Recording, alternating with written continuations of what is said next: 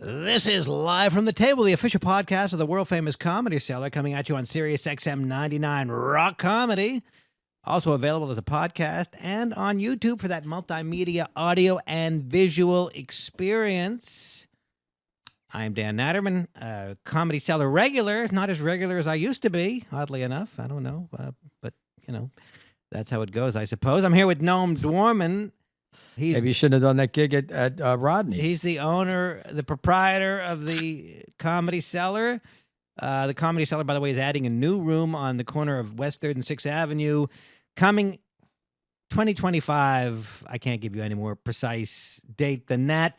I noticed there's no more advertising, by the way, Noam. Yeah, I don't know what that is. I guess they change it. I got to find out. That's I noticed that today. Noam was putting ads on the building, which helped defray some of the cost of carrying the building during the construction phase. And anyway, by the way, I'm doing a cruise, and they're putting me up. I'm at the Marriott Courtyard in Nassau, Bahamas. So I don't know if somebody heard the podcast and at Princess Cruises and decided that I deserve a better accommodation. The last one wasn't the Bahamas, was it? It was Jamaica. Jamaica. So maybe there was just less of a selection of hotels.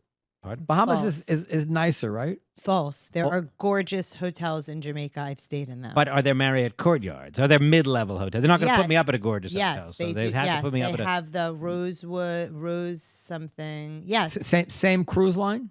Yeah, same cruise line. Oh, wow. So they bumped you up, the same cruise line? I don't know. I mean, it may just well be that for whatever reason in Nassau, Bahamas, maybe they're out of rooms. I don't know, but I'm getting a Courtyard this time instead of what I got last time. A Motel 6? Well, that Motel 6 might have been a step up from what that was. But anyhow, I had another thing. I wanted to bring up. I really should write this shit down. I wanted to talk also about your last episode that I was not here for, because I do go on the road, with my comedy, with Phil Clay. Clay. Is it Clay? Yeah. Oh, I'm sorry. Klay. Clay. Oh, okay. Well, it makes sense. He wrote an article in the Atlantic magazine. Well, why would Klay be Clay? Like I understand some words. Well, I mean, why KLY, KLAI, KLAY. Maybe it's Welsh and that or something. I don't know. But yeah, that's good. So I think that episode was absolutely outstanding. Just to recap, Phil Clay wrote an article saying that America should disassociate itself from Israel, basically, or from the war. From Israel, from the war. From the war in Gaza, saying that it does us no good, that it's basically an immoral war, and furthermore, it costs America diplomatically. On the second point, I guess he's probably on stronger ground, in my opinion. But did you go ahead? Sorry, Dan. But anyway, Noam took the opposite position, and I felt that this podcast was. If there's a better podcast on the Gaza war, I have not heard it or seen it. Now, could you pick up? Could you detect in that? Did you watch it or listen to it? I watched the whole damn thing on YouTube. Could you detect that Periel was practically wetting her pants as she found him so hot? No, I didn't detect that. Did you? I didn't. Oh my God, she couldn't contain herself. I guess he was a good-looking man. Crock of shit. I did mention that he was a pretty good-looking guy. Now, she was quivering. That is bullshit. Number one. Number two. Although I acknowledge that, he's really not my type. Mm-hmm. Well, is he married? Yeah. Well, you are too. How do you know he's married? Because he said he has 3 kids. Oh, okay. That doesn't mean I guess he's that doesn't mean he's married. No, he's married. We assume. Noam, have you gotten any feedback quite as as positive as mine? Effusive? Yeah. I got some good feedback about that one. Yeah, I got some good feedback about that one. But he was such a nice guy. Yeah, he was really lovely. Normally when it's somebody like who treats me badly, like Khalidi or something, I don't want or Phil Bump. Phil Bump. Or Norman Finkelstein. Yeah, then I want to be more aggressive. Although the Phil Bump thing, I didn't clip that out. That was clipped out before I had a chance to even determine that he was actually not going to talk to me again. And Phil has been nice with me afterwards. It is a recurring pattern that a lot of people come on this show and then they ghost me. Yeah, because It's really upsetting. It's because you know, they expected to come on and have a nice experience with someone who agrees with everything they say. How could they think that? We've been having Well, first of all, you're a comedy club owner, so they're not expecting a well-researched, you know, they're expecting a more lighthearted No. discussion. At this point, that is just sloppy. I mean, these are serious people. Like, you do your due diligence before you go on a show. Ideally, yes, but maybe they don't. So obviously they don't do their due diligence, so they would know that Noam was a pit bull terrier. So that guy John Hoffman from the Cato Institute, he never emailed me back in. We had a disagreement about why people on the West Bank. I had said that many people on the West Bank, a majority of people on the West Bank, according to an article, are not religious. They're just there for because it's cheaper and everything. And I sent them the article. I said, hey, thanks for coming on the show. Here's the article I was talking about. Hello? What do you attribute that to? I know that you say that I understand nothing about human nature, but I have a few ideas of what that is. I said you understand nothing about male sexuality, but I mean, it's obvious what it is. What is it? That he's smarting about the experience, but it's not fair because I'm nothing but on the up and up and nice, and I didn't make any unfair arguments or gotcha or I mean, I was like, no personal attacks ever. No personal attacks. He quotes Trump, and I actually do the reverse engineering to find the actual quote and to determine that it quoted out of context, and then he gets mad about that. Well, you're writing in national publications. You know what I think? Well, nobody likes criticism, even if the criticism is correct. You know what I think? I know, but you don't ghost somebody. At least play it off. I think that these people are totally disingenuous. And they're full of shit. Because if you're a serious intellectual, and this is what infuriated me. Now talk about what you know. Go ahead. If you're a serious intellectual, you will actually engage the person who is... First of all, I was president of debate club in high school. The debate club? The debate club. Yeah. You will really engage the argument. So if you're presenting these people in good faith, and I'm not saying this just because it's Israel, I mean this really genuinely, you will have a conversation. The problem is once people write an article about whatever it is about, they are now confined to the arguments they made in that article. Phil Clive, for example, can't just come out and say, you're right about that. They're really confined. They feel clear to this because it was nice. Phil, actually, I have to say, and we said this to him on the show too, one of the reasons why I really liked Phil was not just because he was so handsome, but also because he had written something that took sort of a different position about anti-Semitism. So he wasn't just like honing in on this idea, like he was actually willing to engage. He was fine. Phil Bump, on the other hand. Right. It's ridiculous. But there's only so much they can engage. Once they've committed their thoughts to publication, they're stuck now with whatever they wrote. And then the Rashid Khalidi. Oh, my articles, you come to think of it, my article was bullshit. And now they can't say that. So they're hamstrung. Norman Finkelstein, who, we had a pretty good experience with him the first time, but then he really... Well, he's a mental case. He really which should have been obvious. He called me a Nazi propagandist. He called Coleman Hughes a Black Shabbos goy.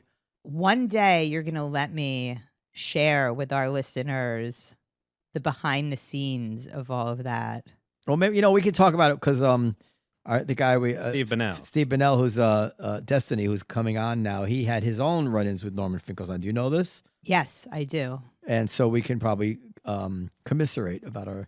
that was one guest that I think got under my skin more than anyone else. Norman Finkelstein. Because I was so nice to him in spite of the fact that it took everything within my power. Well, I actually liked him. I still have a soft spot for him. Oh, will you stop it? I'm going to start reading these fucking bullshit emails that he sent us. But he's a true original. You think he's an eccentric, so you give him a little slack. No. His behavior was inexcusable. I know. Listen, I can't account for it, but if I saw him in the olive tree, I'd be like, "Oh, Norman Finkelstein's here." And Well, because you find I believe that. I would actually. gallop over because there. you How you doing, Norman? you think he's a funny character. It's There's nothing funny about it. Okay, there's a little bit of the classic Tom and Jerry.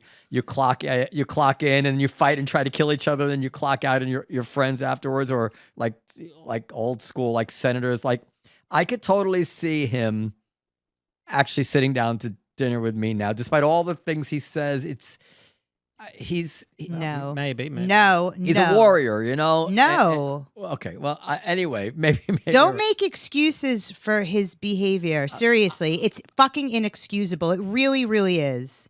And he's quite bright, and if he talks about wokeness and stuff, he's awesome.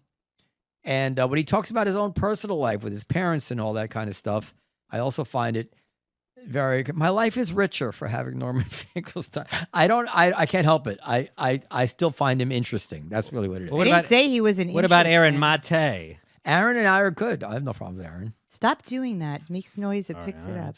I mean, I don't agree with Aaron on much. Well, I agree with him about Russiagate, Why would you? and I agree with him about wokeness. Why would you be friendly to somebody who you were so gracious to and said such disgusting? We talking about Finkelstein or things? Mate?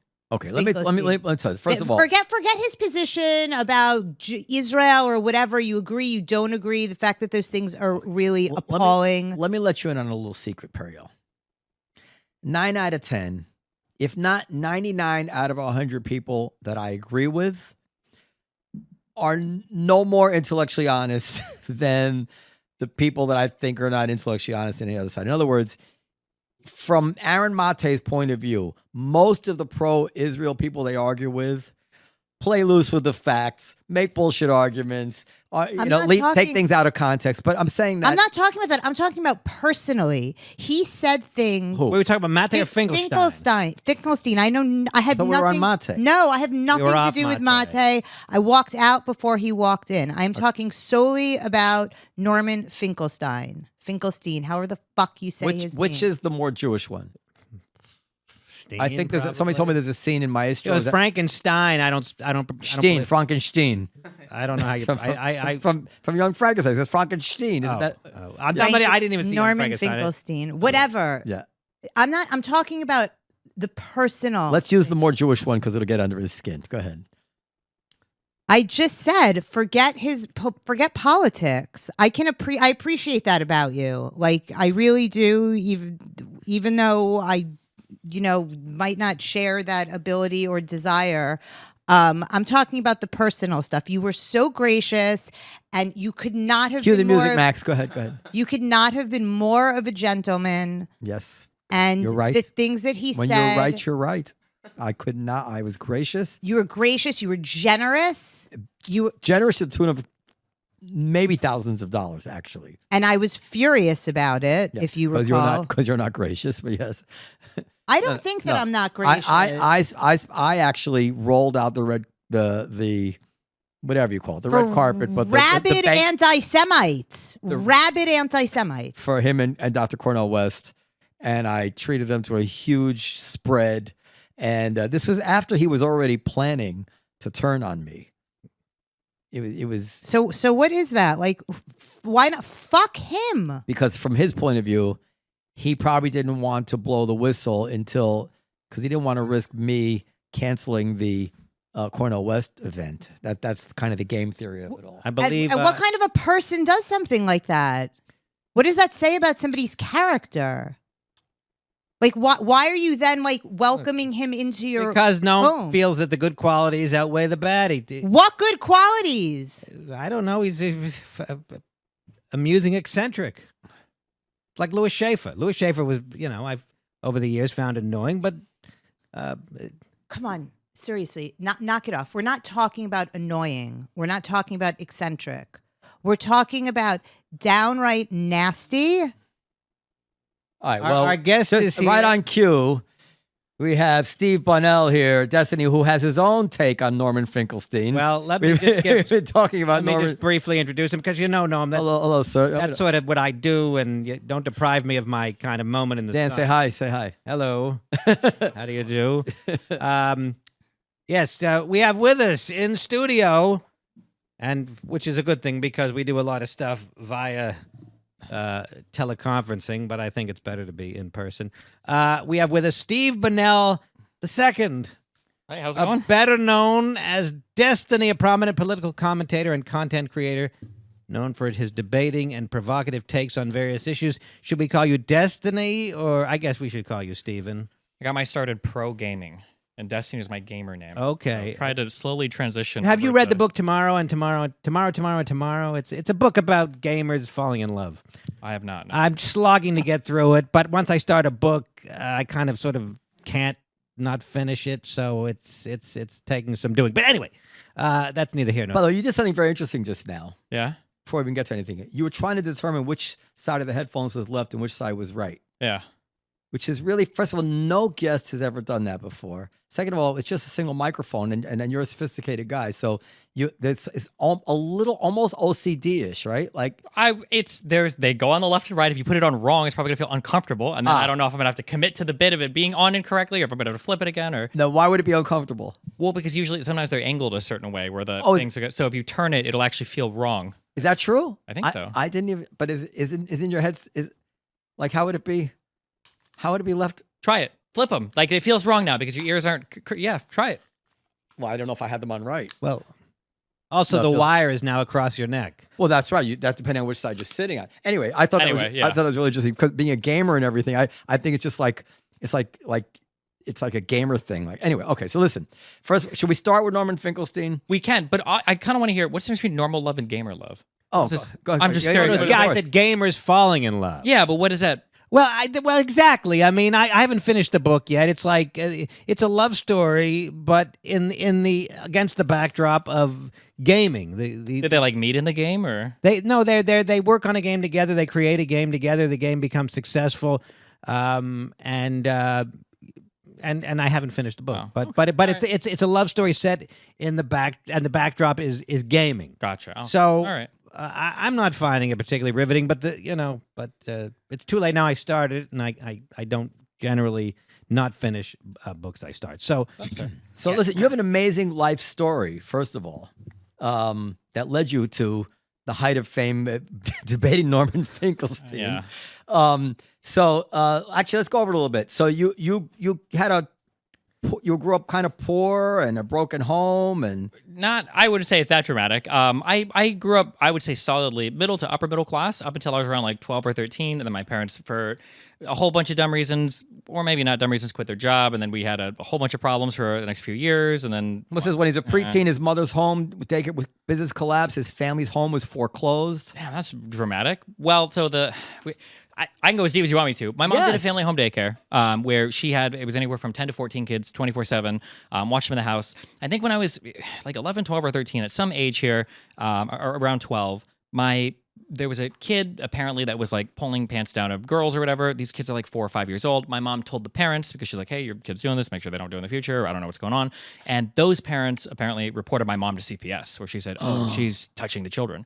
And CPS came and they did a whole 2-week investigation and all that. And everything was fine. But my mom was so stressed after. She's like, I'm not going to lose my kids. And so she just completely quit the daycare. And then my parents I love them to death, but they're very much, have you ever heard of the term lifestyle creep? If you make a little bit of money, you spend a little bit, you make a little bit, you spend a little bit. And in all of I think 4 months, our house got foreclosed because they'd had all the equity out on like HELOCs, home equity line of credit.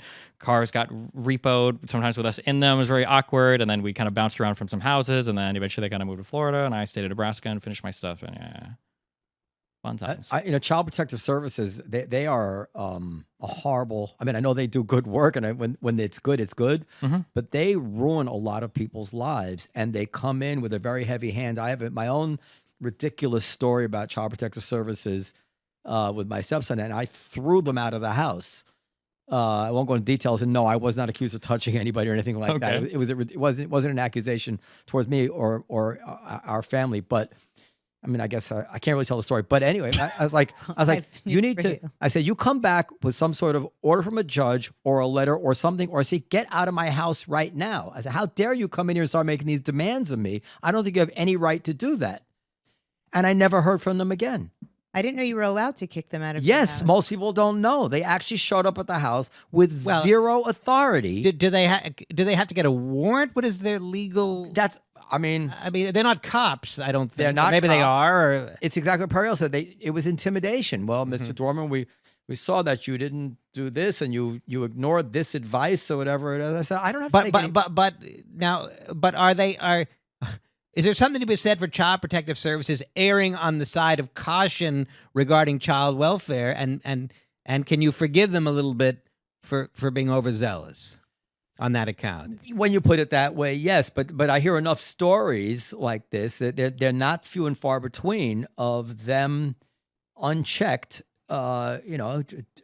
To be fair, you're not going to hear any bad stories. Like, thank God CPS took my kids from me 10 years ago, and they needed to get out of that environment because I was beating the shit out of them, right? Like, so, I mean, yeah. you're probably not going to hear the good ones, but I understand. Yeah, it's a scary, terrifying thing as a parent, and you don't know what your rights are all the time, depending on who's That's talking to you, exactly so. it. The police. You know, there are consequences, and they're right. You're right. The Child Protective Services show up, and let me also say, it's not the most erudite, well-trained. It's like a government job. It's it's a step above from what I saw motor vehicles or something. It was not a sophisticated group of people we were dealing with, and that's scary to know that a very unsophisticated person can have possibly have influence over your relationship with your child. And you don't even know what your rights are. But I don't want to cast aspersions at the whole idea of protecting children, of course. No, but there are plenty of stories where children have been removed from their parents, which in cases of abuse, of course, yes. There was a famous story not that long ago about those kids. They had pictures of their kids like playing in the bath that were developed at like Walmart or something. Totally innocent pictures of like kids playing in a bathtub, and Child Protective Services came, and somehow these children who were not being abused got removed and put into, foster care or who knows what. I made that part up. But she makes up. She's honest about it. Most people make shit up and they don't. Anyway, like most of the people you debate. I don't think we want to spend a whole No. hour on Yeah. Child Protective All right. Services. So then you moved on and you became an online gamer.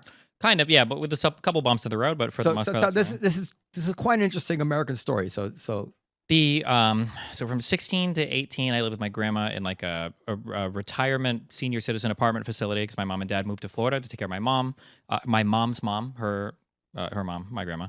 And in Nebraska, I finished high school. were you a good student? No, I was kind of smart, but I very, very lazy when it comes to schoolwork and horrible. But you knew you were smart. You just didn't apply yourself. Yeah, we can go with that one. I think as of recently, I think like 7 or 8 months ago, I finally got a formal diagnosis for ADHD, and I've been on medication for that. It's like changed my entire life. And I think if I would have had this in high school, it would have been a way different story. So I was like decently bright, but forcing me to do homework was agony. I couldn't. I would like cry and scream, and it's not even because it was hard. I just hated sitting and doing something like that. It was agony. So the Adderall changed everything. Yes, unironically. Well, it got me into Norman Finkelstein debate. Oh. Yeah, actually though. So I did that for a while. I graduated high school. I went to college for music. I had a job at a casino, kind of like doing customer service at a diner, basically. And eventually I had to quit school because I was working too much. And then eventually I lost that job. And then for 6 months, I was kind of aimless. And then I started doing this like online streaming thing. I got a job cleaning carpets for about a year. Are you a good Yeah. musician? Should I get the guitars out? We can play together? I can kind of play piano a little bit. Oh, okay. Let me go. Yeah, I'll say that much. I went to school for saxophone, so unless you get one of those here. Okay. Yeah. No. I'm safe. All right. But then I started doing a carpet cleaning job for about a year. And then towards the end of that job, I was like streaming and playing StarCraft, the game that I kind of went pro in. And I realized that like if I played and streamed for about as much as I did the carpet cleaning job, I'd make about the same amount of money because the carpet cleaning money was horrible. I maybe making $1,500 a month, maybe a lot of $2,000 a carpets month. with piss in them and stuff, right? It was just the way that jobs were scheduled. Like you'd have one job from like 8 to 9, and then one job from like 12 to 1, and then one job from like 5 to 6, and they'd all be like you get paid $15 for each of these, and it was just horrible scheduling and everything. And yeah, I started streaming, and then I've been doing that for about 15 years now. Well, you can make you in other words, you film yourself playing a game. Yeah, there'd be like a camera on your computer, and then you talk to the audience, you play games, they watch you play. Hopefully you're funny. Okay, well that's what Noam, your kids can't get enough of that, or at least one of your kids. Yeah. So now you got Why's all- in trouble for making ornery and offensive comments to your fellow gamers. I wouldn't say I got in trouble for it, but I was definitely an edgier person. Now, what's the coming up. culture like? How far can you? Because it's kind of expected to trash talk, right? Well, back then, 15 years ago, it would have made Hitler blush for the type of stuff we said online to each other. It was wild. It was just the most depraved, horrible, insane, crazy, like detailed description. You're going to kill the other person's family. Like, just it was the most off the wall subject. So, how do you distinguish yourself in that atmosphere as being someone who needs to be disciplined? Be funny and quick with it, basically. Yeah.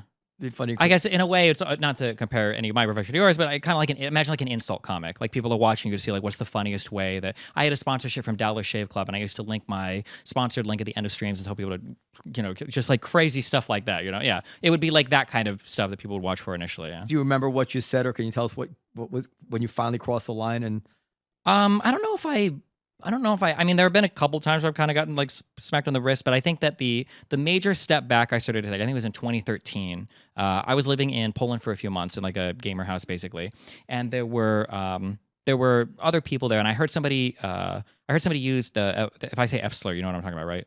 yes, the one. Yeah, maggots. Yeah. Whatever that one. Yeah. I heard somebody say that, and they were talking about a gay person. And the way that he said it, I was like, "Ooh, this guy's like actually homophobic." And so I felt like really weird. I would never say that word. This was like the gamer word that everybody in my community, we always said this. It was just part of what it was. But I didn't want to say it around him anymore because it felt really weird. And it took me about a week, and then I realized, like, well, fuck, how many people are listening to me where if I say certain things, they think that there's like some camaraderie there. I'm like supporting or affirming that viewpoint. And I started to look a little bit more critically at like, well, what are the jokes I tell? What's the language I use? And like, I want to make sure that when I say and do things, it's very clear why it's funny or where I'm standing at in terms of these things. And it's funny because I think a lot of comedians have had similar things. Chappelle tells his story about like getting the wrong kind of laugh. Chris Rock, there's a very famous skit that he is known for that I think he kind of regrets doing now because he's What, the black people versus? yeah. Okay. Yeah, and I That he might regret it, but that I think as much as anything put him over the top. It did, yeah, but I think at some point, like, when I go back to the internet like 20 years ago and you're seeing horrible, racist, just depraved things, it's funny because it's so bad and everybody knows it's so bad. That's why it's funny. But it's different when you're in a community and it's funny because there's like a tinge of truth to it. Like, yeah, there really is. Like, yeah, like you're speaking truth about it. It's like, I don't want to make those jokes for those people because that's not what I feel, I've had that same experience where, everybody's joking. All of a sudden say, wait a second, I think he means that. Yeah. And then it's like, what the fuck? And then What's it the matter doesn't with feel, you? everything changes at that point. It's like, oh, no, it doesn't feel good anymore. Yeah. Yeah. Well, in Chris Rock's case, I think he probably stands by what he said, but he doesn't like the fact that white people are hearing it. Or not just white people, but certain kinds of white people, certain kinds of people. Yeah, is the issue. Yeah. And then it says, I'm going through your I didn't intend to do this. It's just today I was kind of reviewing your Wikipedia. I'm like, this is a fucking interesting dude. March 2022, Bonnell was indefinitely banned from Twitch due to hateful conduct. Speculates may have been due to Bonnell streaming with white nationalist Nick Fuentes, Dave Smith's friend, who had previously been banned from the platform. No, I'd done debates with that guy in the past. It was related to, there was a whole bunch of talk at the time about trans sports, and I had a strong opinion on like, I don't think that trans people who have transitioned after puberty probably shouldn't be competing in athletic events with cisgender people. It's just for a whole host of reasons. It doesn't make Cisgendered sense. women. Cisgendered Obviously, women, sure. a trans man is welcome to compete with men. Sure, yeah. Wouldn't be any advantage. Go ahead, sorry. Well, yeah, I was going to say in the course of that, I think I said something where I was arguing with people online, and a comment I've just never even thought about it. It's just a gamer word, I guess. We'd say like subhuman, you subhuman fuck, right? We just say that a lot. It's like, and I said something along the lines like, don't argue with these like activists on Twitter, they're subhuman. And I guess that got interpreted as he's saying all trans people are subhuman, and then they just meant the subhuman trans people. Just the activist people online are crazy. Well, all at least you online didn't say Untermenschen. What's that? That's subhuman in German. Okay. Yeah. So, I mean, years ago, I don't know if you remember this, when the trans issue was first bubbling up, I said to Periel one time, I said, oh, come on, Periel, sooner or later, and I was kidding, they're going to have Olympic athletes are going to put on wigs, and the Russian weightlifting teams are going to compare. And Periel's like, oh, don't be ridiculous. That would never, it seemed like so absurd that anybody, it was ad absurdum argument that they'd have trans women competing against cis women. And sure enough, that's what we're having. And of course, she dutifully fell in line because she, Well, you were she talking about you downloads- were talking about men in wigs, which is not quite the same as a. Well, child. I was being over the top, but in the end, I said the Russians would do that, meaning they would just use that. It would be cynically, I meant at the time. But the idea that, and this, I know you almost certainly agree with me, that you have people like me, and I'm assuming you, who are extremely sympathetic to the trans cause, to the cause of anybody living a fulfilling life against bigotry, and they managed to find a wedge, like something like, oh shit, do I really have to say that it's I can't go there with you. Aha, you don't like trans people. It's like, are you crazy? I just think it's obviously not fair. And there was just a thing in the news a couple days ago I saw where some newly minted trans person just destroyed the opposition in a sprint. Did you see that? I've probably seen a clip of it or something, but yeah, I agree that it's you're either with us 100% or you're completely against us 100%. That mentality is really dumb. And I know a lot of trans people, not a lot, I know like a half dozen, and all of them agree it's not fair. Yeah. Yeah, it's usually leftist liberal people like Periel that Anyway, so that's a pretty amazing life. And then how did you find yourself With getting Norman into Finkelstein. political debate and then finally one of the world's greatest spokesmen for the state of Israel? Jesus. One of the worst things that happened in 2016 was gamers decided to get involved in politics, which was just horrible. Well, that's what comedians are doing. Yeah, well, everybody has to be political now. You have to have a political stance on everything. And there was a thing called Gamergate, and just all these basically gamer people whose entire political identity was defined as in opposition to, we called them SJWs or social justice warriors, right, 10 years ago. But now we call them woke people. But it was basically that. And I mean, I felt like these conversations suck. I think we can do this a little bit better. So I got involved, and then it just kind of got going from there, basically, yeah. Yeah, but how did you like get on the radar?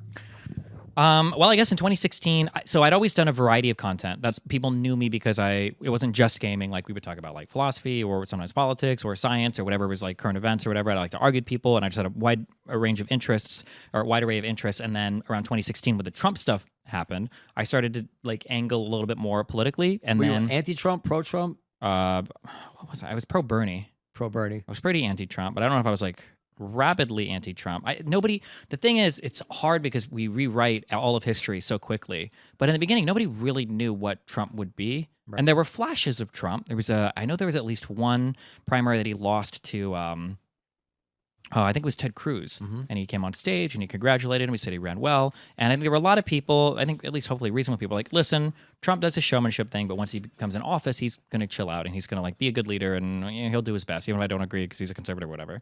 And it was so much worse than that. But yeah, around the Trump time, I started to get more involved in political conversations. I started to kind of like debate people online because my background was such like a hardcore, like screaming blood sports kind of guy. I was the only left-leaning person that would jump into these conversations. So I kind of cut my teeth debating kind of like conservative people or anti-woke people. And then for about 2 years I did that. And then, yeah. And where are you on Trump now in terms of what in your mind is the big risk of a second Trump term? I think the largest risk is that he is changing what American people think is acceptable in this country in terms of how our institutions function. For example? The idea that everything needs to be subservient to the president, that he's above rule of law, that he should be beyond criminal indictment because he was the ex-president, so he should have immunity, that he can conduct himself in any way possible without being held accountable by anybody. That's really scary. His divisiveness on a rhetoric level is scary, but I mean on a political level, he was ineffective at bringing lawmakers together to do anything, right? The whole repeal and replace Obamacare, he couldn't even do that. Yeah. Legislatively, he has his tax bill, and that's basically it. The type of resetting and the fundamental mistrust in every part of the country that he's been saying the election has been rigged. He started it even before in 2016. So he's been saying it for like 10 years almost, that like all the elections are rigged, makes people lose confidence in the election system, everything relating to COVID and attacking Fauci and attacking the DOJ. And like the country doesn't function without institutions. And I think that's undermining those is really bad. Yeah, I agree with most of what you said. I don't really fear the guy as a dictator, like he's not going to leave office. As Andrew Sullivan, of all people, said during COVID, he had open road to become all the authoritarian that he wanted to be. He didn't really show much interest in that. I think the main reason he challenged the election is because he can't stand the idea that he's a loser. But I think the guy's unhinged. And to me, the strongest argument for anybody who's flirting with voting for Trump, the one that really speaks to me, is that everybody who worked for him, the closest people in his cabinet, came out of that cabinet, including the vice president, and say, don't ever let that man anywhere near that chair again. Mm-hmm. And these are not political opponents of his. There's really no way, and it's not one, it's not isolated, it's not disgruntled. It's basically everybody except maybe Pompeo. And, you have to really be kind of extremely biased or delusional to dismiss that kind of unprecedented warning, right? Yeah, but they have the mind constructs to do it, I think, is the issue. When you're presented with cognitive dissonance, you either change the facts or you change your mind. And when it comes to Trump, the second somebody backstabs him, that's a rhino. They're not a real Republican. He's part of the deep state. Like, he was always, against Trump. And Trump has his work cut out for him because every single person is being controlled by, whatever your mind leader is, pulling the puppets behind the scenes or whatever. Yeah. I mean, on a policy issue, on policy, I bet you if we had a conversation here, the three of us with Trump, policy-wise, my instincts are probably very close to his. I'm happy he got a Supreme Court that got rid of racial preferences so that, Chinese people and Asian people can get into college without being, having to have 300 points higher in SATs. I think that was a huge plus of the Trump administration, that we're not going to have legalized racial preferences for us, for the rest of our lives. But so retrospectively, I'm not unhappy that Trump was president. I think the counterfactual might have been, I don't think it would have been divisive, obviously, but there's certain things that he did that in retrospect, I wouldn't trade them to undo the last 4 years. We didn't know. But prospectively, I think it'd be a terrible idea. Anyway, all right. So Okay. now, you disagree with that? Oh, yeah, with every fiber of my being, yeah. You disagree with the racial preferences? No, I think getting rid of racial preferences was okay. I don't know if that was worth the trade-off for abortion protections.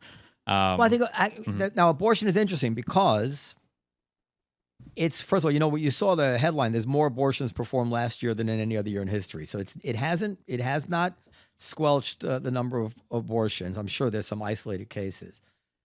It's pretty clear to me that state by state, including in Alabama, they're squirming under this ruling. There's going to be very, very few states that outlaw abortion.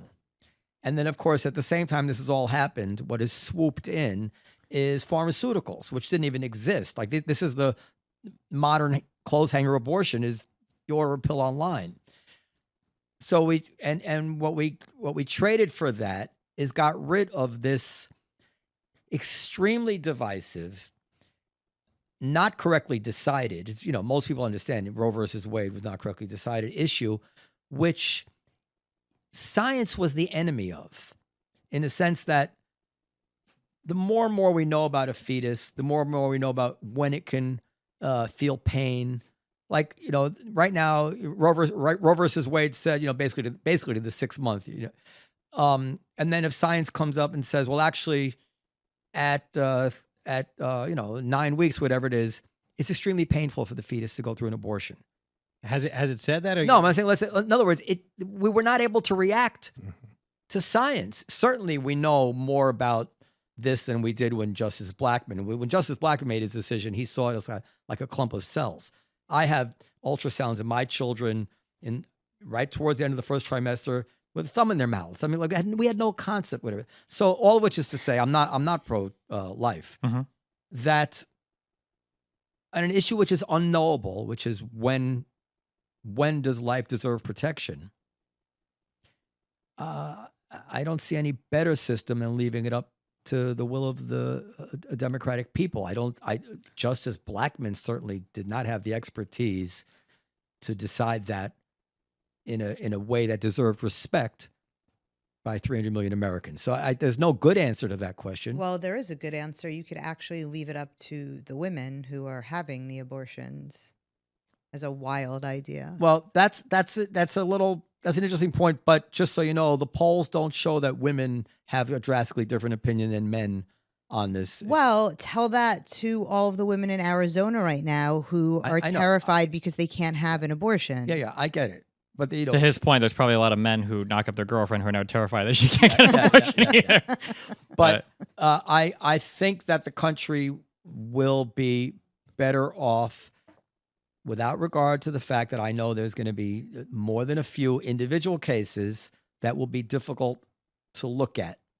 But Roe versus Wade, I think its days were numbered. I was sympathetic to the Supreme Court saying that, listen, in the very first weeks, first 8 weeks, the only people who say that this is not okay are religious people, that this is essentially an establishment of religion. And we're going to find that in the first, I was sympathetic to that, but nobody really made that argument. I would have made that argument.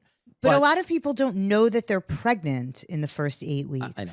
But the flip side, that you can have abortion until the 7th, 8th, 9th month. This with but now it's like insane. Like you can find out that there is something horrifically wrong with your fetus, and you're still not allowed to have an abortion, and you have to deliver it, and it's insane. Let's get off abortion. Let me just say one thing about it. Sure. Now you want to get off abortion.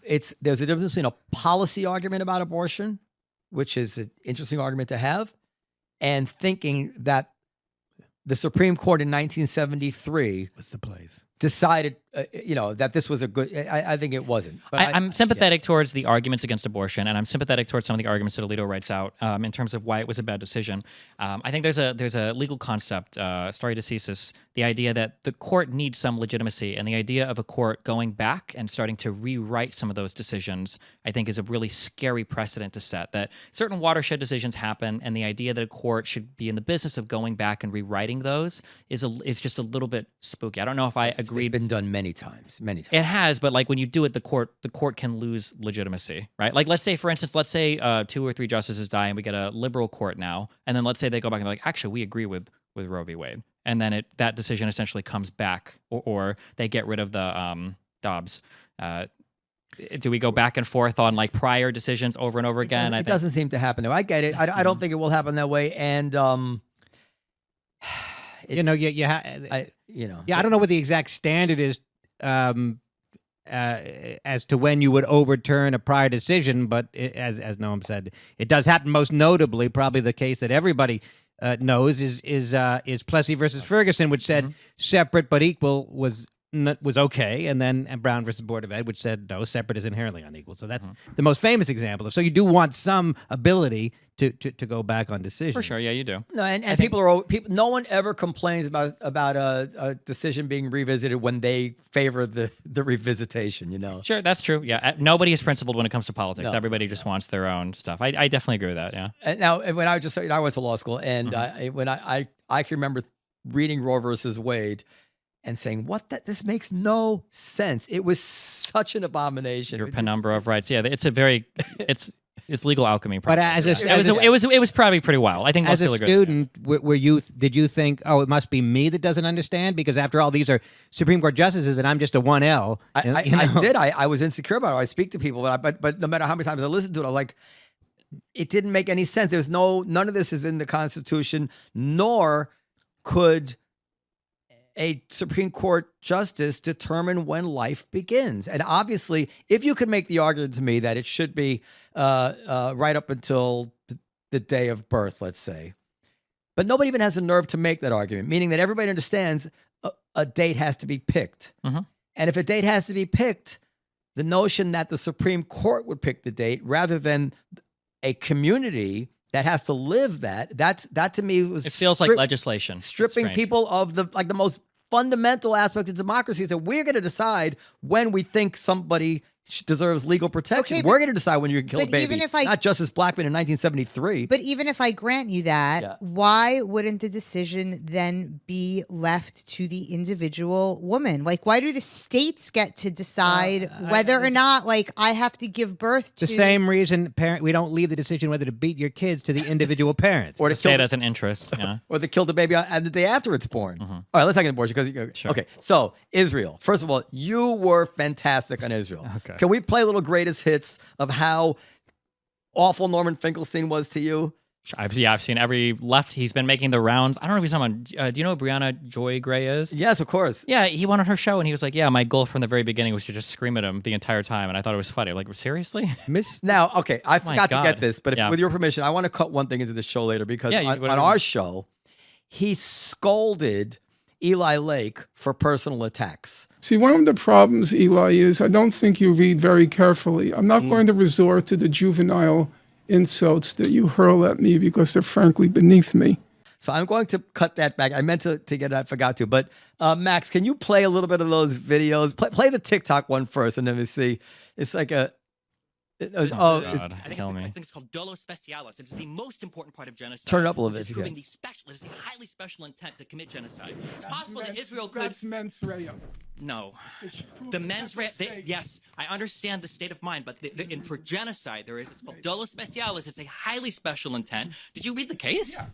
It is Mr. a highly Farrelly, special intent. I'm to be going to convicted ask you of again. genocide. Yes. Please stop displaying your Imbecility. imbecility. Okay, Yeah. I'm Do sorry not- if you think the do- declaration don't of the put on judge is pu- imbecility. Don't put on public display that you're a moron. At least have the self-possession to shut up. Did I I'm read the comfortable putting case? my display Mr. on camera. Mr. If you're comfortable Borelli, putting yours in Mr. books, Borelli, okay? I read the case around 4 times. Borelli. I read all of the Play the next one, majority Max. Play opinions, the next one, Max. Play the next declarations. one. I read. It's binary. Please don't give me this postmodernism binary. Believe me, I'm a lot more literate than you, Mr. Borelli. I'm going to believe the guy that wrote You the read stuff. what Wikipedia says. It's called attaching value to words and not talking like a motor mouth. That's not controversial. Mr. Bonnell. we got it right that Mr. time. Bonnell, please slow down the speech and attempt to listen. Legal you don't standard. Know what's the I correct know absolutely. international law. You No, haven't the Norm, clue. I absolutely You do, haven't Norm. the clue. I absolutely I do. think you but can't I'm find just it on saying. Wikipedia. I'm just saying. can't find Believe it or on not, Norm. Wikipedia. Literally, Mr. you can Borelli, Google it. You can Mr. Google Borelli, it. with all Mr. due Finkelstein. I respect, can't. with all due I really respect, can't. You're such I a fantastic can't. moron. It's terrifying. What are you But even talking Benny about? Morris It's is laughing. painful. It's hilarious. It's so painful to listen to this idiocy. I will answer the question. Morelli. I will even answer And it was morons' because that was a question. strike. That was a drone Okay. still Palestinian. You want me to answer, or do you want your motor mouth to go? All right. Okay, Enough. How did you compose yourself with this dude?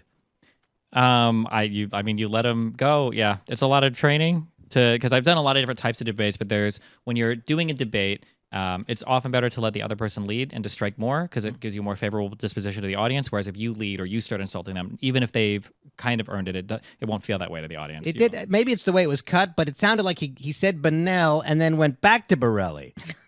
There was a time I was saying I was glad that Lex. There was a time when we'd get up to go to the bathroom 2 or 3 times, and he let the cameras roll, and he kept it for one of them. But they get up, and he says something to me, or I say something to him, and then he says, "Mr. Bonnell," and it was the first time I heard him clearly, instantly, and me and Benny started laughing. It's like, "Oh, you do know my name?" Yeah, I just like walks off. It was just a big game to him, I guess. Yeah. Which, Now- to be fair, the way that if you look at all of his stuff around this, it's all a big game to him. So You were 100% right about the dualis specialis. How do you pronounce it? Dolus Specialis. Dolus yeah. specialis. What is that? If you would like It's me, a please. special high standard to find genocide that is mentioned over and over in any decision. Well, you could say. Yeah, it was 4 times written. You don't find mens rea in the South Africa case. You find the dolus specialis mentioned 4 times, and it's not even. I hate bringing. It's just like an. Well, what is obvious- dolus specialis as opposed to just your run-of-the-mill intent?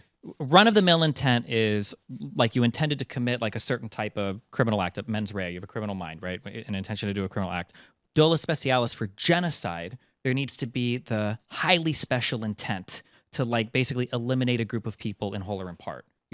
So it's not even just like they launched a nuke. So one of the examples I give here is like you could theoretically nuke all of Gaza and that wouldn't necessarily be genocide. right? Let's say you think they've got like nuclear weapons or something, you nuke them and all the people die. It's still not genocide because the goal there, your highly special intent was that we need to destroy the entire Palestinian people, right? It was more like a military thing and a lot of people might die and it's still horrible. There could be war crimes, but now so Hiroshima is not considered genocide by any international body. Yeah, and I don't believe so. No, I've never heard that before. I mean, people give the opinion that it is. But again, the goal, especially in times of war, you're always trying to defeat your enemy or destroy parts of your enemy. But to call every single war essentially then a genocide is just not, it doesn't map on. Everything becomes a genocide at that point, basically, yeah. But in the emails Are you at least part Italian? I mean, was he even... Who, Finkelstein or me? You. I mean, I don't think so. Okay, because he was... Bonnell? I don't know, French, Italian, something. Because he was saying What are you Borelli. looking for? In the emails that I had with Finkelstein in December about genocide, he knew. We talked about intent. We discussed these cases. I mean, he's full of it. Yeah, I'm not. I don't. He on your debate with him, Noam, there was a time, there was a moment where you didn't even. This shows you he's a crazy person. There was like. He went off on a soliloquy about how you might run a comedy club, but this to me is not funny. And he went on for several minutes, and you hadn't said anything jokingly. You hadn't. I mean, maybe you let out a minor laugh or something, and he went off. No, there was no laugh. He went off for several minutes on how he does not find it. So yeah, he's just this is just sort of his thing. He goes off on pre-written digressions, and it's the same lines. Like I noticed because I watched his conversation with Eli on your program in preparation. I took notes and I watched him through a lot. And there's a lot of common talking points that he brings up over and over again. He always references those Pacific Islands, like the Marshall Islands or Samoa. Like he always references that and people that support Israel in the U.S. He always references. He just has these talking points that he runs through, and he always references his credentials or books that he's read without actually showing that he's understood any of the underlying material that he's sourcing you. It's very frustrating, yeah. So this is an email where... But he's very effective, though, I think, to people that may not know better. There's an email here where he and I are arguing about genocide and about intent, and I presented him with the legal opinions in the Rwanda case, and it says here there's talk of dolus specialis. I put special intent when it comes to genocide. I give a link to the very thing, and then he's pretending he's never heard this before. Yeah, I truly don't understand, other than maybe he just hasn't. The thing is, he got into, because about 2 weeks after that debate we posted, or maybe it was a month or two after, he started posting on Twitter towards me about, I think the title was Moron Specialis. And he starts quoting from the Yugoslavia, the genocide case, showing how, well, look, here they say mens rea, look at what they're saying. And it was so funny because if you actually click through and you read this part of the case, I think it's around paragraph 440, and you start reading, what they were actually arguing about was this person had the mens rea to aid and abet in genocide, but he didn't have the special intent. He was missing that. But if you know this guy has the special intent and you've got the mens rea to help him and you've got knowledge of his special intent, is that transferable to say that you were part of a genocide? And it's funny because they make that distinction even when he's linking, and I'm like, well, I don't understand. Yeah, he sent me minority opinions, and then he made the argument to you, well, they were... I wish I could do the Finkelstein imitation. We need Michael Moynihan. He really does the best Finkelstein. I can do it a little bit, but I can't do it under pressure. But he says that, well, they didn't find it, but they found it was plausible. Like, you didn't... What was the analogy you gave? He was saying, imagine you're a worldwide famous athlete who qualifies for the Olympics, but you don't get a medal or something. That was like the plausibility standard. Yeah, but every single innocent person who's tried for a crime that they didn't commit met the plausibility standard. That's how it is they got into the courtroom. Somebody thought it was plausible. Yeah, but the issue is when they use stupid argument. Yeah, because he's using the layman's. Because plausible to me sounds like, well, yeah, I guess that could be a high standard, right? Like, is there probable cause? I guess, yeah. But if you don't actually know the legal standards, then yeah. Now, what is your general take? First of all, I just want to say because this genocide thing. You could tell me everything else about the war. You disagree with me, and I could live with it, that Israel made a mistake, that they committed a war crime. Any of that I can live with. This genocide thing scares the shit out of me in terms of what it will mean for the Jewish people going forward. I know that sounds very self-important, over the top, but I compared it to like acid rain on the psychology of Jewish people, this kind of attempt to cancel out, I can't believe I'm talking this way, it's almost to cancel out the Holocaust, as if the pressure of the Holocaust was so psychologically oppressive that there's this yearning to be able to say, well, the Jews, it happened to the Jews in the 40s, and then the Jews did it in the 2020s. One side cancels the other side out. Thank God we don't have to talk about the Holocaust anymore. In the same way, certain racists are always on the lookout to find the black people in South Africa committing some atrocity towards the white people so they can say, you see, yeah, the whites did it to them, but now they did it back. Oh, thank God we can stop having to feel sorry about that. I really feel that's what's going on. And my children, who are too young to know any better, they're getting the message that being Jewish is problematic and this genocide thing. And it's such a fucking outrageous charge. Just to give one example, and I give him before, I'm sure you know this. In Rwanda, they killed in 100 days 700,000 people on the behest of radio announcements. Go out and kill your neighbor. They killed 700,000 people, maybe more, basically with machetes, blunt objects, and their bare hands in 3 months. That's what a genocide looks like. Israel, if it wanted genocide, everybody would be dead by now, right? So that's how I feel about genocide. But having something to get that off my chest. What is your don't say you believe in genocide. What is your general What if take? I do? No, if you do, you do. What is your general take on the war, stakes, gone too far, not far enough, Iran, all of it? One thing, especially being American traumatized from our adventures in Afghanistan and Iraq, I wish that for conflict, people would set out very, very clear goals. I think that would help people a lot. Like just eliminating Hamas is probably not explicit enough. Like, what does that mean? I think even today, I don't know if we know what that means, right? Does that mean you kill every single militant? Does that mean they're just removed as administrators? Does that mean that you are occupying it again? I don't know if we have a clear answer of what that means yet. Like right now, I don't even know if they're going to go into Rafah. I think that's like in the air right now. Well, they wanted to. They wanted to, but I don't know right now if that's because it feels, I think Israel has started to pull people back already. And then some are returning to northern Gaza. So that's like a question. So if Hamas remains and the Gaza Strip, yikes! That's just bad for everybody. I think that the initial cause for war, I think, was completely legitimate. Like, it's time to remove these people. This is not acceptable anymore. It's crazy. I think that as far as doing their best to avoid unnecessary civilian casualties, it's an unpopular take. But I mean, when you actually dig into the obligations under international humanitarian law, when you actually dig into all the things that the Israeli military does, it seems, if you engage with it honestly, and I hate to say this because it makes it sound very partisan, but when you engage with it honestly, it seems obvious, like patently obvious, that Israel is doing everything they can to minimize civilian casualties. That it's like undeniable, because the numbers would be so much different if they were just indiscriminately bombing or carpet bombing, as everybody says. So, but I mean, they still have to manage the PR aspect, because at the end of the day, perception is really the only thing that matters in international communities with other countries. So, well, I actually worry that, especially early on in the conflict,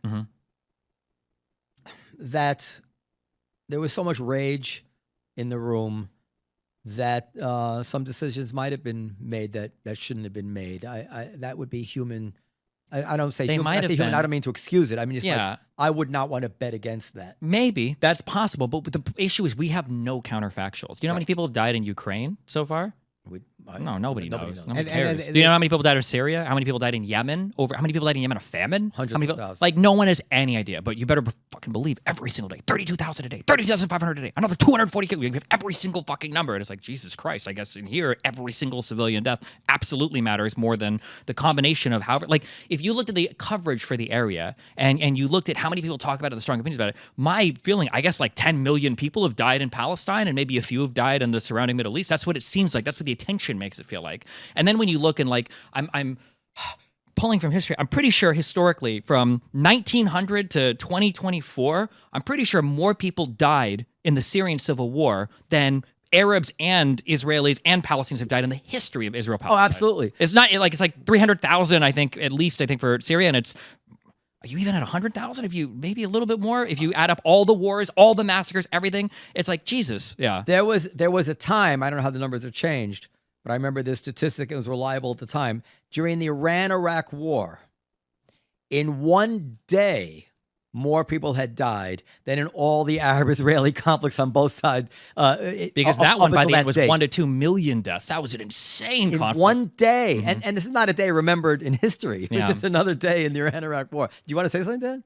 Well, I just was going to also bring up the point that, you said, you alluded to this, but there's always also the possibility that an individual soldier or group of soldiers during this conflict could commit Well, it a has war to happen crime every war. and kill For sure. civilians, And I am not even convinced that aid. I don't think, God forbid, I don't believe that anybody has any intention to starve anybody. I don't believe in it. You don't even have to believe they're good people. That Jews or Israelis are good people. It just doesn't make much sense. You're not going to starve out the entire population and kill 1 million people. Anybody that dies of starvation is going to hurt your cause internationally and in your own country, right? Yes. That Salem and Haaretz are not, BBC, UK or American publications. This is in Israel. Your own population won't stand for it. There's literally nothing to be gained from that. But I do fear this, Mhm. that somebody has to decide how much effort, how much aid. Yeah. And they definitely want to keep the pressure on. Mhm. And in that very difficult calculation of what is our moral obligation, and yet what can we also do at the same time to keep the pressure on, that they could have miscalculated and been too slow. Because it can't be denied that as soon as Biden put more pressure on them, the aid did ramp up. Now, having said that, the latest headlines are that the aid trucks are just stuck at the crossing there and they can't deliver it. But that's, that's on them. That's not an excuse. Yeah, but that conversation can't happen. There's no place for that conversation because it's either Israel's intentionally trying to starve out and murder everybody, or it's Hamas's responsibility and fuck Hamas. But I agree with you that it might be that some of the decisions being made are either being made way too hastily. Like when those aid trucks got hit, those 3 aid trucks intentionally, all 3 of them got struck. There's a lot of questions where it's like, okay, like, sure, there might have been a Hamas guy there, but like, would you ordinarily have killed 1 Hamas operative with 9 civilians that are in aid trucks? Is that like an ordinary decision you would make, or what? Like, those are good conversations to be had. But Well, there was a guy shooting his rifle on top. But yeah, I sure. But obviously- let's say there even was, though. Is that a calculation that is worthwhile? I don't know. Like internationally, like Jesus Christ, you're shooting, like aid is the biggest like hot button topic right now. Is this like the strike that you need to do? It's colossally stupid. Yeah, And yet there's so many colossally stupid events in history, for sure. Yeah, and we're getting a microscope on every single battle operation. Yeah. So I agree with you that it's a high level of scrutiny, more than anybody has ever suffered in any war ever. The amount of scrutiny there is for this one, but we can't have like a good conversation about how does Israel figure out proportionality or distinction. Instead, it's like, well, are they like bloodthirsty, demons, or are they just Satan spawn, or are they completely the victims of everybody else and they're doing no wrong and we should defend them, wholeheartedly? Because the conversation is horrible. Yeah. And also, what's the alternative? What are they supposed to do? Now, we're almost out of time. What is it about your past, especially as a kind of left-wing Sanders type guy, that would you say led you to become so pro-Israel? I don't know if I would say I was so pro-Israel. Debated a couple politicians. Well, if you're chosen among very few people in the country to debate alongside Benny Morris, you had to made a name for yourself. Sure. So I said I got that prescription for ADHD medication for Vyvanse around October, actually. And my mistake, I said Adderall. Oh, no, you're good. It's the same thing, but more or less. But the attacks happened, and I'm like, oh, well, I've had strong opinions about Israel-Palestine in the past. Like, I wonder if I can like actually read more about this. And then I found out for the first time, like, oh, cool, I can like read a book, or I can like read full reports, or I can read whole UN things or whatever. And in doing more and more research, it's fun sometimes to argue in areas that are highly contentious. So like before this, I did a lot of like Ukraine, Russia, or like vaccine stuff.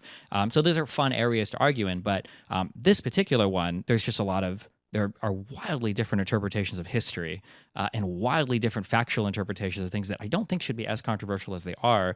And then it's interesting for me, I guess it's tragic for Jews or Israel, that there's this whole institution on both sides of like the APACs, and they're trying to push for like, we should be friends with Israel and defend them, and they're an important U.S. ally, to like this whole institution of people that are like Israel is the enemy no matter what.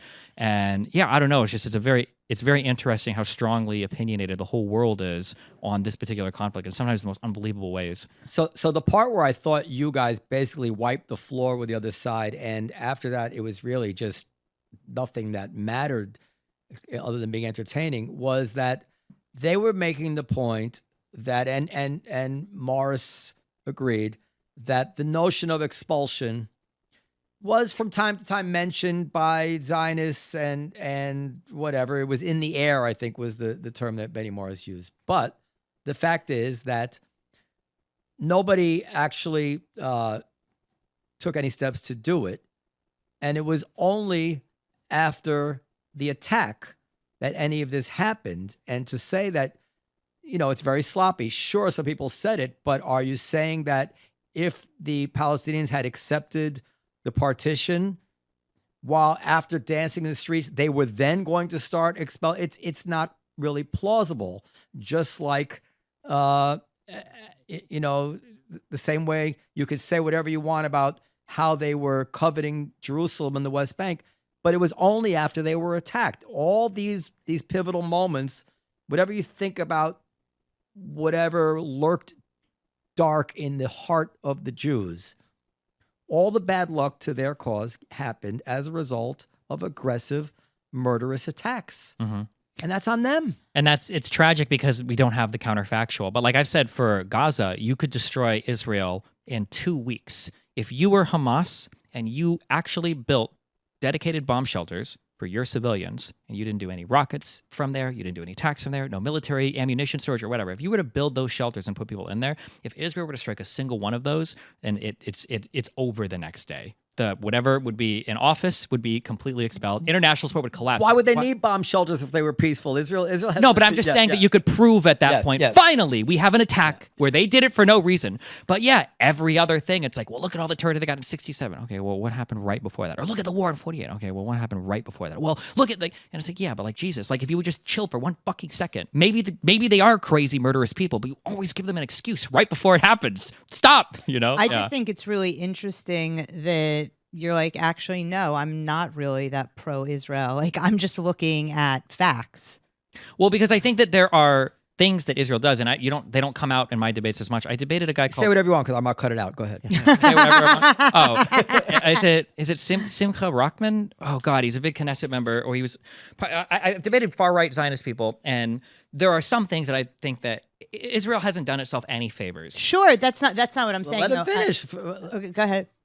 Like the West Bank stuff is atrocious, and Israel is like arguably, like if World War III starts from the Middle East, it's because Israel in all of its arrogance hasn't aggressively tried hard enough to pursue some sort of peaceful arrangement with the Palestinians. That's the entry point for Iran to have an interest in this region and to do bad things. It's a reason for the population. You think that's Iran's interest as the Palestinians?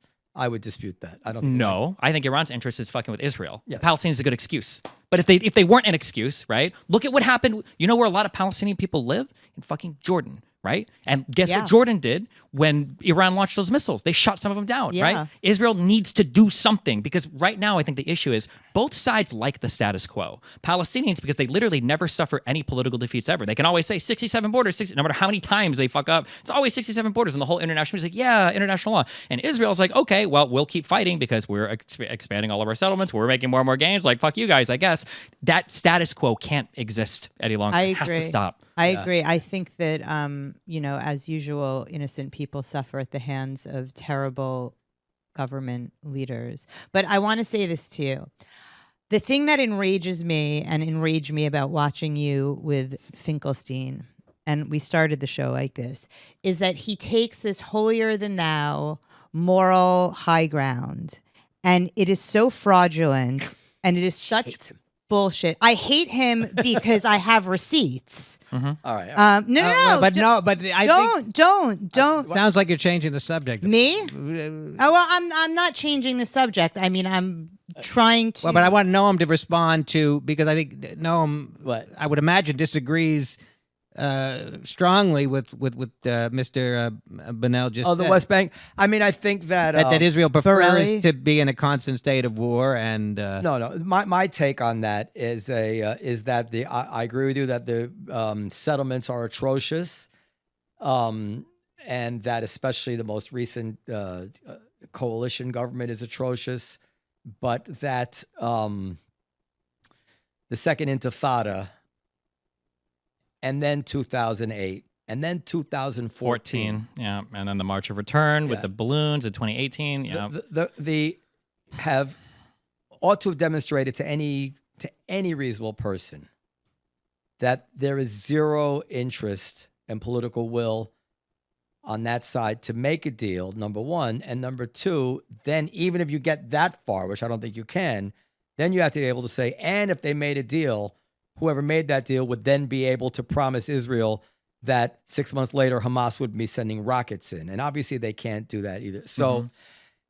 I would say on their side, it's an actual rejection of peace.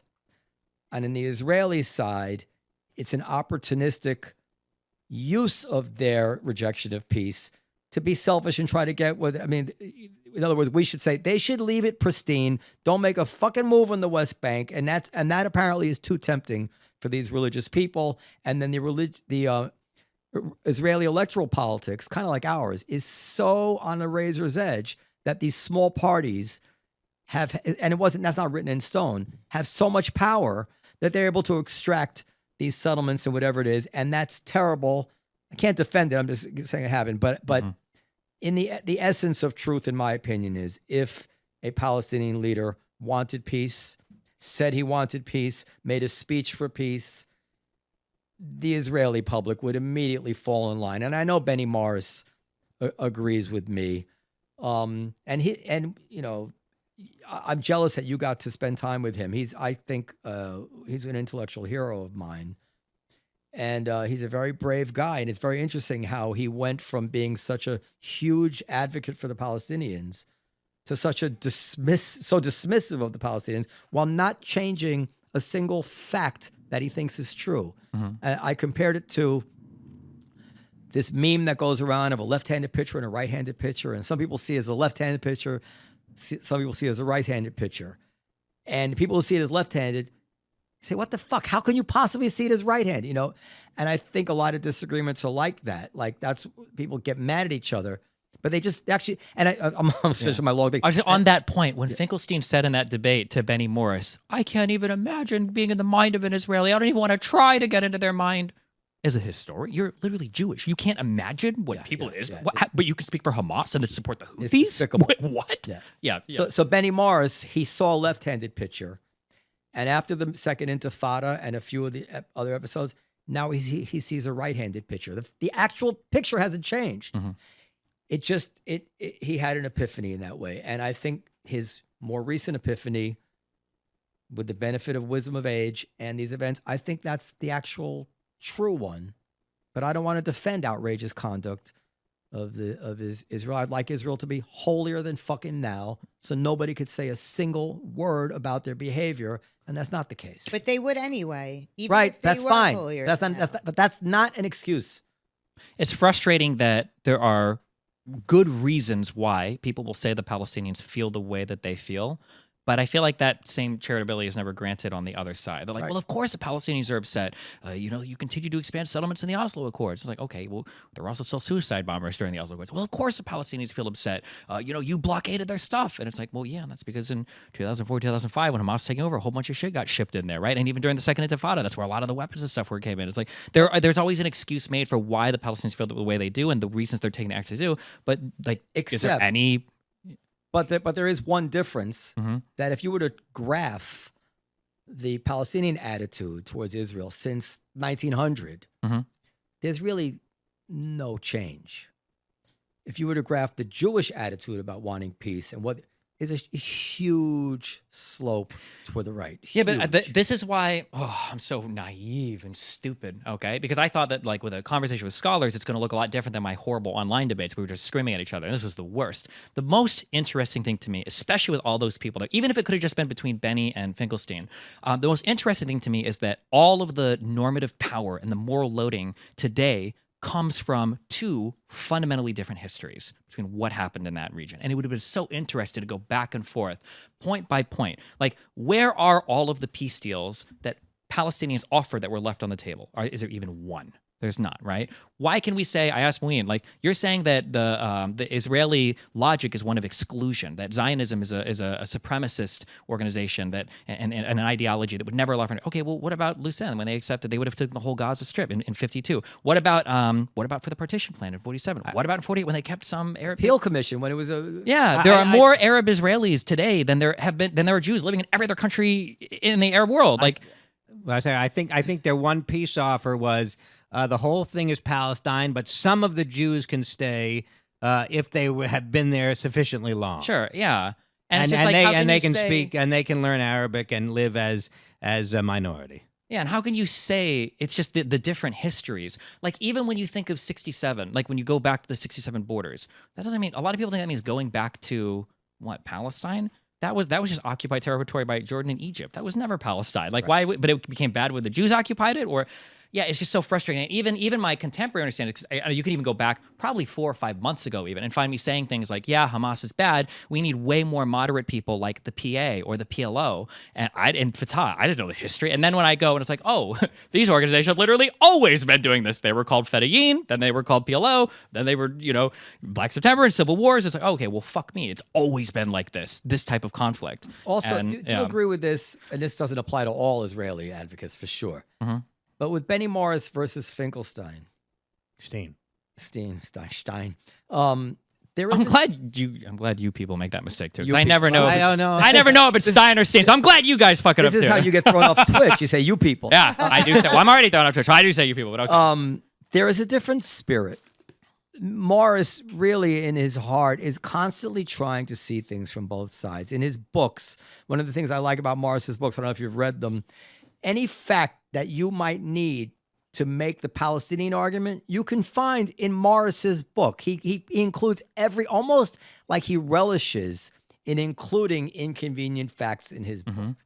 And he updates his history too. Remember, because he said there was actually more expulsion than I realized, and he updates his writing accordingly. Yeah. Where Finkelstein's books, I've read those too, and I've gone to the footnotes. He leaves out all sorts of things. He has one thing where there's a break the silence as these Israeli soldiers who, and he quotes them in their book. And I went and I downloaded the actual transcripts, and he just lops off huge exculpatory paragraphs by the very same people he quotes. He's a David Irving. Benny Morris would never do such a thing. Never, ever, ever. And that says something or could say something about the merits of the underlying About the caliber of case. both. Yeah. I remember the day before that debate, I asked Benny if he wanted to go, grab a bite to eat so I had a whole note and everything because I wanted to make sure that I wasn't going to say anything stupid and that I wasn't missing anything and we could run through everything. And something he said that was very interesting, I don't think this ever came up in the debate, but I brought up the differences in, like, there are no archives that we have access to for a lot of the, theocratic dictatorial states or whatever, which is unfortunate. And one thing Benny Morris brought up that I thought was really interesting is Benny Morris says that for a long time in Israeli or Levant history or whatever, like for this region, you've got written records and archives by Israelis, but a lot of the Arab people would do things like oral tradition, and they would tell stories and pass these down. But Benny said that through all of his research, and when you track down a lot of the oral tradition, and then you compare that to the written record, they actually line up like pretty closely. Like he was willing to give credit on a lot of that stuff. And I do agree that there's a difference in caliber between, God, even reading Finkelstein's books are unbelievable. And then chasing the annotations, it's David Irving. Yeah, he'll ask things or he'll say something like, let's go read the actual source of that. And it's like, what? That's what you got from that? It's like unbelievable. Yeah. Try looking at the annotations on Rashid Khalidi's book. Oh, I've heard of his name, but I haven't read any of his. Oh, the footnotes are actually meaningless. Anyway, sir. Well, I just have a couple of questions about attention deficit hyperactivity disorder, Okay, go if I ahead. may. For which you are being treated with Lisdex amphetamine, I'm reading is the... Correct, that's right. Is the name for the brand name Vyvanse. Is ADHD something that causes distress, or is it just something that causes poor functioning? And like, if you had $1 billion and you didn't have to work, and you didn't have to make any money, would ADHD be a problem? Would it be if hurt? you got $1 billion, not much in life is a problem. I guess it depends on how you're looking at it. Depression would be a problem. Yeah, it could theoretically, yeah. You know, because No, yeah, I it's understand. distressing. Yeah. But is ADHD distressing? Yeah, I don't know if ADHD would be considered distressing. I think that basically what ADHD means is you have varying levels of executive dysfunction. So for an ordinary person, you should be able to do a thing that you don't really want to do, but you can force yourself to do it, and you should be able to do that. And for ADHD, those types of tasks become exponentially more difficult. So you're more impulsive. You've got a really hard time staying on task if it's something you don't really have much of an interest in. That would basically be ADHD in a nutshell, I think. Yeah. The issue with all types of mental stuff, though, is that like everybody will have it in varying degrees. So it kind of seems like, well, yeah, I could have ADHD or whatnot. I have, so, but you also have hyper focus, right? That's also a thing that people with ADHD have. I think hyperfocus is a bit of a misnomer. I think what happens is if you have ADHD, your brain is pretty dopamine starved. So when you find something that gives you a constant stream of rewards, you can fixate on that. So I had this issue with my son for a while before I thought that ADHD was a real thing. When he was 7, I think is when he was diagnosed. And I was like, there's no way my kid has ADHD. He plays Minecraft for 10 hours if I let him. And I'm a professional gamer. I play StarCraft for 16 hours a day. There's no way I have ADHD. But then I do a lot more reading, and then I realized that I'm like, oh, okay. Well, I guess it makes more sense that the hype people. I don't like it when people call it hyper focus, because the implication is that you can, like, when you need to, you can really concentrate on something. But it's only when there is that direct reward that's like right there for you. So if you've got to cram a paper immediately, if somebody's standing over your shoulder with a gun, you can sit there and do it. But I mean, a normal person could That's do what that. I was without when I was the, in school. I just couldn't focus. It was horrible. But then finals week, I could sit down 12 hours a day and study for the. Also, you could sit and play guitar for long periods of time as well. Yeah, sure, I could do that. Anything I like doing, I could do. But the discipline to do some things, to this day, things I really Well, look, if you like. don't, I think everybody has that. If the definition of ADHD is having a difficult time doing stuff you don't want to do, that's probably Now, everybody. my roommate Don in college, he did his homework every day. He was organized. He powered through it, and he was unhappy if he didn't. And I could never do that. I couldn't match his will. Mm-hmm. And it just feels, and it just feels stupid, because it took me until I was 34 and 35, because I just feel like every day I was like, I can do this. It's just I just have to sit and do a thing, and it feels stupid. Like, why the fuck do I need a pill for this? How much of an idiot am I that I can't just like sit and read a particular thing? But oh my god, I mean, like, yeah, I didn't know anything about it. It was, truly, like, people make fun of me for this, but I didn't really know much about anything in the region prior to October 7th. And then I was like, okay, fuck it, let's just start. You're a reading. And now- moron. Yeah, true. Did there any? Let him go. Motormouth, Wait, does it- Wikipedia, something that the first time I saw him, I got a little bit of respect for him. I couldn't tell if he was fucking me the whole time. There's one time towards the end of the debate where I copied his strategy, and he does this thing. He does like the Vader hand, where he holds his hand over. Yeah. There's one time towards the end of the debate where I do that. I was like, let me finish stuff, and he actually shuts up when I do it.